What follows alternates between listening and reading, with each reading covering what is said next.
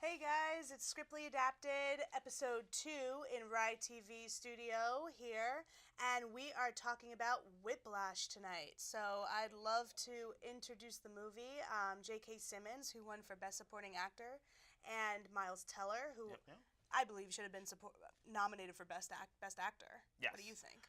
Well, first, guys, Whiplash, awesome film. Saw it recently, a little while after the Oscars went off of the air, and I must say, it was a awesome. surprise hit. Like, it was really good. Yeah. Really solid acting, from the music to the production, the nitty gritty of the writing. Yeah. It's an adapted screenplay, and I'll get into that a little later. But Kate, solid film. Yeah. Now, guys, listen. Whiplash is starring J.K. Simmons and Miles Teller. J.K. Simmons, as some of you might know, is from, of course, we know him from Sam Raimi's epic Spider-Man series. He played J.J. Jameson. He was also in Juno. He played the father in Juno. And the closer with Kira Sedgwick, too, which is And the closer with TNT. Kira Sedgwick, he was on TNT with Kira Sedgwick? Yeah. Oh, okay. Yeah, he played her boss. Nice. Yeah. And also he also was in the film Cider House Rules with his co-star in the Spider-Man series, Tobey Maguire. That's right. All right. Miles Teller. I didn't know Miles Teller too much from, after watching this movie, I did some research on him, and I realized I have seen him in some films. Yep. He was in that awkward moment with that movie Zac was Efron. so funny, by the way. It was definitely awkward, but it was really funny. And this movie pushed his acting chops. Yes. And every actor has that movie where, you have like a breakthrough role. Yes. And I really think that if Miles Teller is perseverant and he really keeps doing roles like this, he'll be very successful because he went to the Tisch acting school. Yes, he did. Very accomplished in terms of acting credentials, in terms of schools and stuff like that. I personally think he has what it takes to be a very good actor. I personally, like I said, I think he should have been nominated for Best Actor. I think he got snubbed for that. A lot of people got snubbed. That was one of the major talking points of our last show for the Oscar show. Yep. But I will say Miles definitely is rising as far as star quality and star power is concerned. He's going to be in the new Fantastic Four movie. Oh, yeah? He's going to be Mr. Fantastic. Okay. Which is okay. I mean, looking at the Fantastic Four movie, this one does look better than your last ones. But it should be interesting. I'm curious to actually see how he handles that role. Yeah. Well, for me, I think he really was paired up against J.K. Simmons quite well. I think, I love it. I love the dichotomy when you have a very accomplished actor who has all these accolades playing the counterpart for someone who is not as accomplished. They complemented themselves so well. Their characters were such round characters. J.K. Simmons was a complete and total jerk, monster, for lack of a better word. He was just awful, but he played it so well, and it's so disconcerting to see him play a character like this because he's usually obviously except for the villains in Spider-Man, but it was just like, I don't know, he's not usually like that. But think about it, JK is, that's what makes an actor great. Right, absolutely. Is his ability to be able to take a role and transform it into, or bring to life that character and lose all of himself. Right. And you just get that character. He definitely lost himself. He definitely lost himself. Now, it was crazy. I definitely want to mention Damien Chazelle, who is the director of this film. 30-year-old guy, graduated from Harvard University, had a love for film. He actually wrote this as the story was, his story, about him being in in band. Yep. And he wrote it for a little while and then stopped, and then it was one of those things where he went back to the story and wanted to finish it, and he was like, you know what, I'm going to try to sell this to a studio, see what happens. And it took the attention of a producer by the name of Helen Easterbrook, and she took a hold of this script and made it into what it was. And now we have Oscar-nominated film. Oscar-nominated film. I mean, it's crazy how things like that happen. You have to take a risk, and it's really funny that you mentioned that because you have to take a risk and you have to have passion for what you do. And I think there's a scene in the film, not to give any spoilers, but there's a scene in the film very crucial and very pivotal, and I would call that the denouement, as they say, which is basically the climax of the film. And it was just this pivotal scene between Miles Teller's character and also J.K. Simmons' character, Mr. Fletcher, who played his jazz band conductor. And they're sitting in this cafe, and he says to him, I pushed you so hard because you need to have a Charlie Parker moment, and you need to have the best be pulled out of you. Yes. And I guess Miles Teller kind of understood where he was going with it, and then you see, and this is a huge twist, and we won't spoil that for you, but you see exactly what he was talking about, because Miles Teller's character reaches the pivotal moment of, like, the light bulb goes on. Like, aha, I got it, I'm there with you. We can do this. Well, you could say that for everyday life. I mean, yeah, that exactly. was a huge scene for, speaking of everyday life for Absolutely. everyday people. I mean, Absolutely. Everyone needs to have that Charlie Parker moment, or that one moment that defines you, or that one moment that gets you to that next level of success, or whatever success is to you in your own life. Right. That always happens at some Yep. point in your life, and that was a great scene. The climax of the music and the drums and the cuts back and forth, back to J.K. and back to Miles, as the intensity of the emotions started to rise, and it was a pivotal scene. It was pivotal beautifully shot. It was harsh cuts, but it also, even though it was harsh cuts, it was still very fluid. Yes. And I think they filmed it that way to go along with the storyline. And as we referenced Birdman last show, we talked about how it was filmed, and it's kind of the same thing. You want it to be, you want the filming to, I hate when I watch a film and the filming doesn't seem to be along the same lines as the plot. I don't know. It bothers me. Like, with romance, you kind of want that fluid, like, dreamy type of filming. With documentaries, you kind of want that raw cut footage, like guerrilla style. Yeah. With, I just like it when it complements what we're talking about here. And I think in the movie of Whiplash, it was just, and they had weird, funky angles. Yes. And I just thought it was great. Okay, speaking of the way it was shot and the love of how it looked, you got to remember, this did win Best Editing. Yeah. So it won Best Editing, it won Best Rightly Sound so. Mixing, which, the sound was amazing. Oh, I mean, it was awesome. You would have thought you were inside the studio as they were playing these actual instruments and the music going along with it.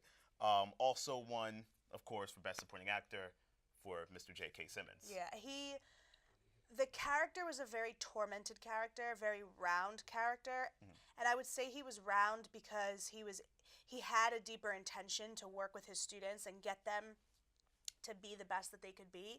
It really spoke to me personally, being an entrepreneur and being someone who needs that Charlie Parker moment sometimes, and to have people push me in what I want to do. And I think, obviously, the way he went about it was a little extreme. You don't want someone abusing you. It was a little drill I don't sergeant-ish. feel like someone standing over me screaming at me and then slapping me, Yeah, it was a little... you don't need that sometimes, but you need people to push you, and you need people to bring you out of your comfort zone. And that's what he was doing with him, because Miles Teller's character was very, very quiet. He was very timid. And I think J.K. Simmons picked up on that. He was twisted because he knew he could manipulate him, but also, too, he knew there was something more there. Okay, you gotta remember, yes, that was J.K. trying to bring the best out of him, or could we say it was J.K. just being a little crazy? I think it's a combination of both. You're not gonna have, a guy throw a chair at you in the middle of a jazz session or a band session and call that motivation. I don't know if that doesn't motivate you to play better, I don't know what will. That's grounds of, like, getting you fired or reporting you to, some higher administration. This is true. It was a little extreme. It was, but then again, it's Hollywood. There's a scene where he's supposed to report, Miles Teller's character is supposed to report for a concert, and he's driving, and he gets hit by a bus because he forgot basically he's on a bus, the bus breaks down, and then he gets there by renting a car, but he realizes he's left his drumsticks in the rental car office. So he rushes back to the rental car office, and on his way back to the venue, he gets hit by a car, he gets into a car accident. He crawls out of the accident and starts going towards, making his way to school. And I looked at Coyote and I was like, really? Yeah. You just, had to crawl out of your window after having a car accident. Like, that's where you hit Hollywood. But I think Yeah. other than that was a little extreme and a little exaggerated. But other than that, I think the movie was so unbelievably brilliant. It definitely showed, that scene definitely showed you the extremes of what someone would go to that too. become Yeah. a success. Yeah. I mean, not only is this kid, who Miles Teller's character is in one of the biggest and best music conservatories in New York City, he's also playing for one of the most successful jazz teachers in the city. Right. So I guess that scene is to show you that no matter what the circumstances, you're gonna go above and beyond to try to reach that level of some type of success or excellence. Yeah, absolutely. Especially trying to prove it to this guy Yeah. who has already proven to him that he can't be trusted in a way. Right. He's got, very, very tough teaching habits, especially with the abuse. Yeah. Especially with the long hours of playing. So you see all that. So you see Miles' character also progress in the film as someone who goes from very quiet and timid to extremely ambitious, almost to a fault. Yeah. And then almost a revenge side to him And at the end. courageous. I would Revenge say side? it was courageous too to face off against someone, because ultimately we always find those people we're intimidated by, or we're kind of feeling like we don't measure up. And I think when it takes that, when you have that pivotal breakthrough, and we realize that you don't prove yourself to anybody else, you're proving yourself to yourself, and that's ultimately what he was doing. And I think he needed to prove it that he had what it took. Paul Reiser, a lot of people may know him from Mad About You, played his dad. Where's Paul? First of all, I know he came out mean, of nowhere. Like, where did that happen? We both said the same thing when we were watching it. We're like, Paul Reiser, is that you? Yeah, like he came out of nowhere, but he did a good job. But very simple role. But I loved it. I thought the story, basically, just to give you a brief synopsis, what the movie is about. It's about a boy named. We won't spoil it too much. No, not too much. We'll give some spoilers away, but. Yeah, not too much. Not too much. But he goes to the Schaefer Institute. His dream is to be like Buddy Rich, who, for some of you may know, that he was one of the best drummers of all time. Yes. And he listens to Buddy Rich, and he's immersed. And also, too, what I found very interesting, well, we'll get to that in a second, but anywho, I digress. The point was that he gets handpicked by J.K. Simmons' character, Mr. Fletcher, to perform in his jazz band. Well, he has absolutely no idea what he's in store for. And as the movie progresses, you see J.K. Simmons really be hard on him and really try to pull it out of him in terms of his talent and his skill. And Miles Teller's character goes through an evolving door kind of thing, if you will. I don't even know if that's a phrase, but he kind of evolves, and he kind of does a complete 180. Just to turn into a completely different person. In the middle of it, he breaks up with his girlfriend because he thinks that she's going to hold him back eventually. He's going to wind up resenting her. And it just shows you his passion, but also obsession with being the best. With being the best. Not the best that he could be, but the best. Because it was a constant competition. It was. J.K. Simmons' character was pitting his students against each other. It was like Hunger Games. Yeah, it really was. It was crazy. But with drumsticks. Yeah. Which probably might be a little bit more That would be awkward. That'd be awkward. Yeah. But yeah. But anyway. But that's basically what the story is about. We don't want to touch the end too much because there's a crazy twist. Crazy twist at the end. It's just awesome, so we'll leave that alone. Okay, I personally loved it. Okay, I did want to touch upon one thing. Yeah, go ahead. This film has won many, many awards throughout the awards season, especially Mr. J.K. Simmons, who took home every award you could possibly think of during the award season. But the film also did receive top audience and grand jury awards in the U.S. for dramatic competition in 2014 at the Sundance Film Festival. Oh, now, wow, that that's is huge. the award that you want when you are at the Sundance Film Festival. Oh, wow, you want that's that award. huge. Yeah. The award, I think it was Fruitvale Station won that same award also, which you want to talk about powerful movie. Oh, yeah. Powerful movie. Unbelievable. So that's just one of the many awards, along with its many Oscar wins, which well-deserved as far as your mixing, your editing, and your supporting acting. Now, they were up for adapted screenplay, which is weird because I want to ask you. I didn't know it was adapted. It's adapted. I thought it was but original. it's based on the director's life. Well, it's still So, adapted so because it's a, you have to write it down, right? I mean, I thought adapted was based off a book. I mean, I no, could be no. wrong. There's many different But ways an adapted screen, how they define an adapted screenplay. And in this case, oh, okay. it's adapted because he wrote it at first, stopped, and then began to write it again as a story of his life. So Oh, that's they considered it interesting. an adapted screenplay. Okay. No, wait. It was nominated for that. It was nominated, Okay, but it didn't win. unfortunately Yeah, did not win.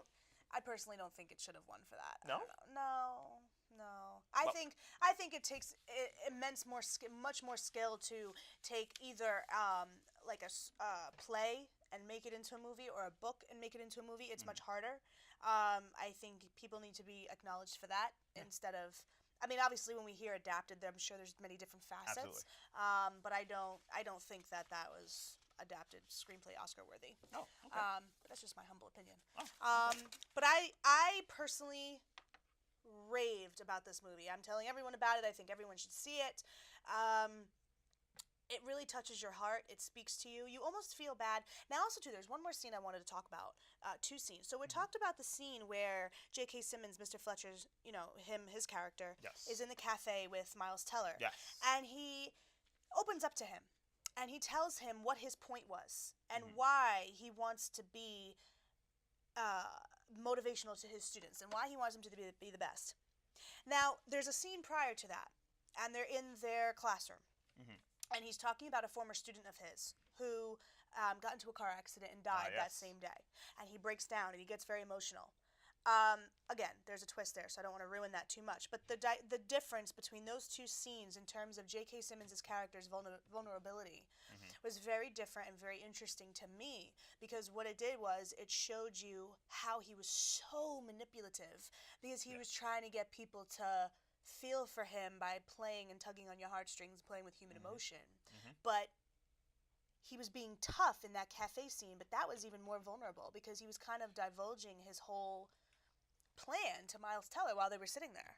Yes, but you got to also remember, not to give too much away, but sorry. We might have to, guys.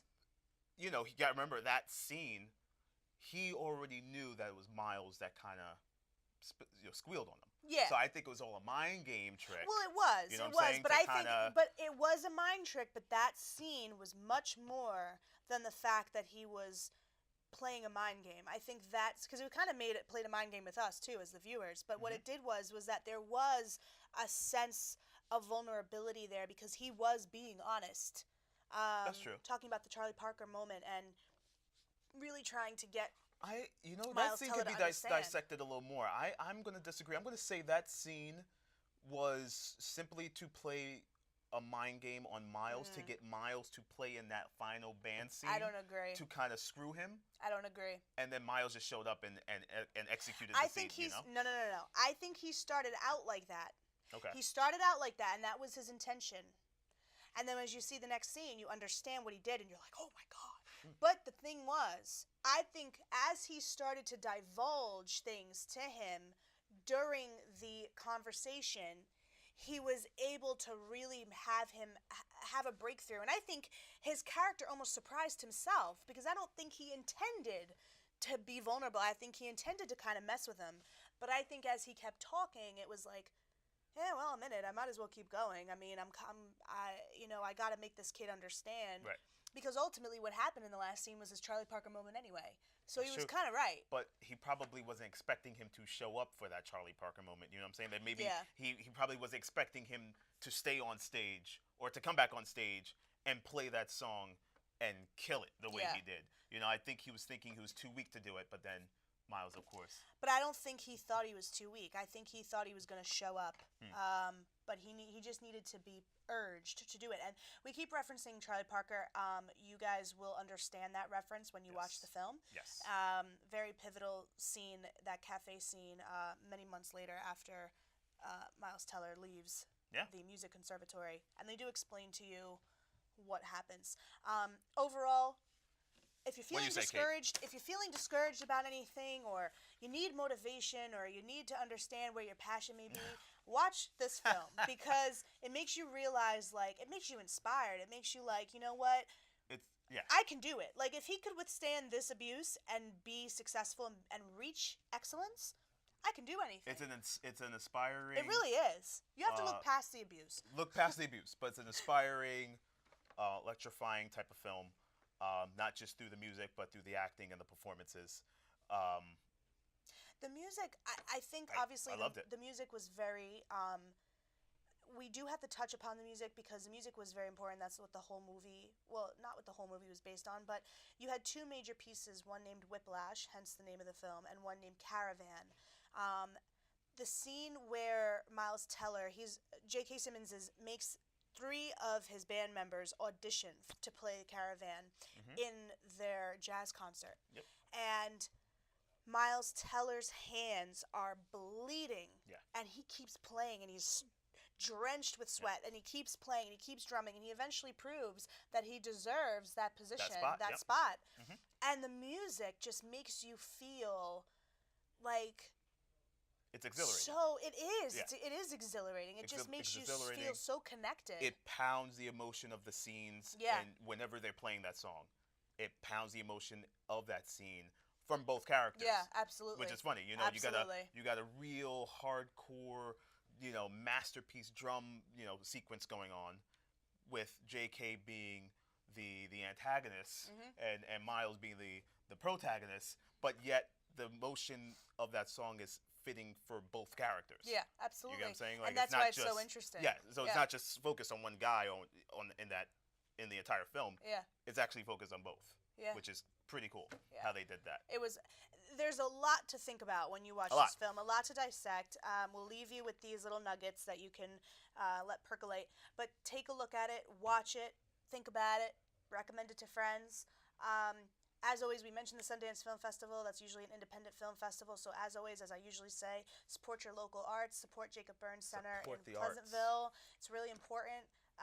Continue to tune into us. We're doing a show every month here at Rye TV Every Studios. month, guys. You'll see our faces. We'll bring you some new content. Yes, and we have fun with it, and we hope you do too. We're going to go with it. We're running with it. We got some great ideas. We're going to start bouncing them around and, you know, bring them to you. Yeah. Here at Rye TV. Definitely. Take care, guys. Later.